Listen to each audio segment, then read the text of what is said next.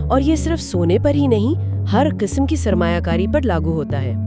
عام آدمی تب سونا خریدتا ہے جب خبروں میں شور مچ جاتا ہے کہ سونا مہنگا ہو گیا، اور گھبرا کر مہنگا خرید لیتا ہے، جبکہ سمجھدار سرمایہ کار تب خاموشی سے خریداری کرتا ہے جب مارکیٹ پرسکون ہوتی ہے یا قیمتیں گری ہوتی ہیں۔ بالکل، وہ شور پر نہیں، حکمت عملی پر چلتا ہے۔ اسکرپٹ کے مطابق ایلیٹ لوگ تب خریدتے ہیں جب ڈالر مستحکم ہو، اور بیچتے کب ہے؟ جب بجٹ آنے والا ہو یا کوئی عالمی بحران سر پر ہو۔ جی، کیونکہ ان حالات میں لوگ گھبرا کر سونے کی طرف بھاگتے ہیں اور قیمتیں آسمان سے باتیں کرنے لگتی ہیں۔ یہاں مالی خواندگی یعنی فائنینشیل لٹریسی کا سوال بہت اہم ہو جاتا ہے۔ بہت زیادہ۔ لیکن دلچسپ بات یہ ہے، اور یہ اس ویڈیو اسکرپٹ کا سب سے اہم پیغام ہے، کہ اب یہ کھیل صرف ایلیٹ کلاس تک محدود نہیں رہا۔ اچھا، وہ کیسے؟ ٹیکنالوجی نے اسے بدل دیا ہے۔ اب عام پاکستانیوں کے لیے بھی ایسے مواقع موجود ہیں جو پہلے نہیں تھے۔ جیسے کہ اسکرپٹ 3 ٹھوس راستے دکھاتا ہے۔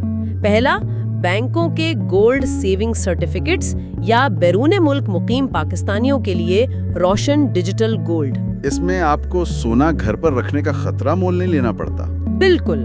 اور دوسرا، جو سب سے انقلابی تبدیلی ہے، وہ ہے ڈیجیٹل گولڈ ٹریڈنگ ایپس۔ ان ایپس کا کیا فائدہ ہے؟ ان کا سب سے بڑا فائدہ یہ ہے کہ انہوں نے سونے کی خریداری کو ہر کسی کی پہنچ میں دے دیا ہے۔ پہلے آپ کو کم سے کم 1 تولہ سونا خریدنا پڑتا تھا، جس کی قیمت لاکھوں میں ہے۔ لیکن ان ایپس کے ذریعے کوئی بھی شخص صرف 0.1 گرام سونا بھی خرید سکتا ہے، جو شاید چند ہزار روپے کا ہو۔ اس نے ان لوگوں کے لیے بھی دروازے کھول دیے ہیں جو ہر مہینے تھوڑی تھوڑی بچت کرنا چاہتے ہیں۔ تو اسکرپٹ کا نچوڑ یہ ہے کہ سوچ بدلنے کی ضرورت ہے۔ زیورات فیشن ہے، جبکہ بلین یا ڈیجیٹل سونا خالصتاً ایک سرمایہ کاری ہے۔ بالکل، یہ ذہنیت کی تبدیلی ہے۔ بلین 24 کیرٹ خالص سونا ہوتا ہے، جس کی قیمت عالمی منڈی کے ساتھ براہ راست جڑی ہوتی ہے۔ یہ ایک اثاثہ ہے، فیشن کی چیز نہیں۔ ایک 10 ارب ڈالر کے بین الاقوامی معاہدے کی ڈرامائی کہانی کی گہرائی میں گئے، اور وہاں سے ہم ایک عام شہری کی ذاتی مالی حکمت عملی تک پہنچے، جو اپنے فون پر ایک ایپ کے ذریعے ڈیجیٹل سونے کا ایک چھوٹا سا حصہ خرید رہا ہے۔ ان تمام نکات کے درمیان ایک مشترکہ دھاگا ہے، اور وہ ہے سونے کی بنیادی قدر اور اس سے جڑی انسانی نفسیات۔ قومی سطح پر یہ معاشی استحکام کے لیے ایک اسٹریٹجک اثاثہ ہے، اور انفرادی سطح پر؟ انفرادی سطح پر یہ آپ کی محنت کی کمائی کو مہنگائی اور غیر یقینی صورتحال سے بچانے کا ایک ذریعہ ہے۔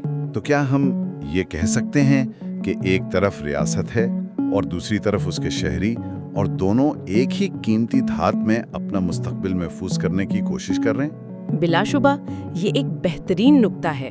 ایک طرف ریاست اپنی وسیع معدنی دولت کو قومی ترقی کے لیے استعمال کرنا چاہتی ہے، اور دوسری طرف اسی ملک کے شہری اسی قیمتی دھات کو استعمال کرتے ہوئے اپنی ذاتی معاشی غیر یقینی صورتحال سے لڑ رہے ہیں۔ تو آخر میں ہمارے سننے والوں کے لیے آج کی اس گفتگو سے سوچنے کے لیے کیا نکتہ ہے؟